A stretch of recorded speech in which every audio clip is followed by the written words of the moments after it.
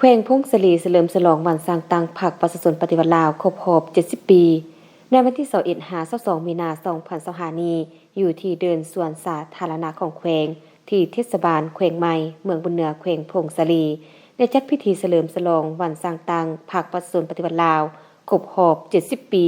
22 มีนาคม 1955 22 มีนาคม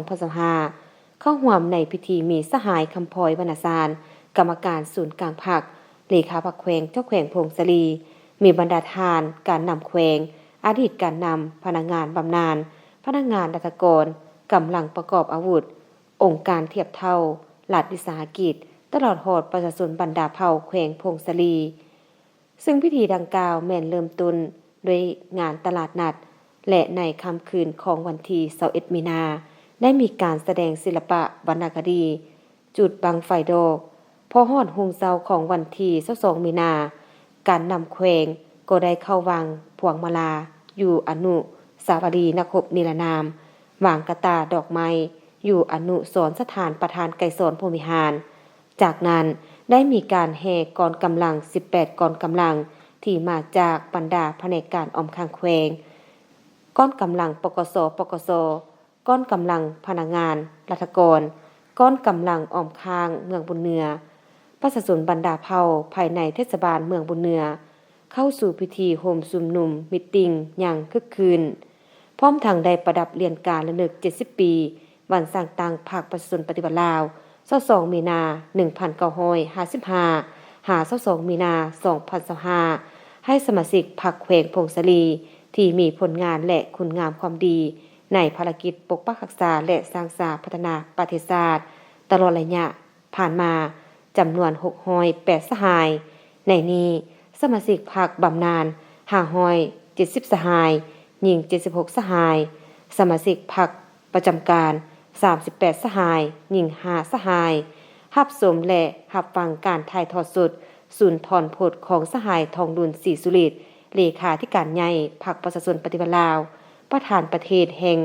สาธารณรัฐประชาธิปไตยประชาชนลาวก้าวศูนย์ถอนโพธิ์ต่อพิธีเฉลิมฉลองวันสร้างตั้งพรรคประชาชนปฏิวัติลาวครบรอบ70 ปีจากนั้นสหายคำพลอยวรรณสารกรรมการศูนย์กลางพรรคเลขาพรรคแขวงเจ้าแขวงพงศลีได้ขึ้นกล่าวคำปราศรัยต่อพิธีเฉลิมฉลองวันสร้างตั้งพรรคประชาชนปฏิวัติลาวครบรอบ70 ปี22 มีนาคม 1955 22 มีนาคม 2025ภายหลังสำเร็จพิธีโฮมซุมนุมมิตติ้งดังกล่าวบรรดาที่เข้าร่วมในพิธีก็ได้เดินเที่ยวชมงานตลาดนัดอีกด้วยโอกาสเข้าร่วมงานโฮมซุมนุมเฉลิมฉลองวันสร้างตั้งพรรคประชาชนปฏิวัติลาวครบรอบ70 ปี22 มีนาคม 1955 22 มีนาคม 2025บรรดาทานที่เข้าร่วมได้แสดงความรู้สึกของตนเองว่าก่อนอื่นขอเห็นการนำฟังรัฐที่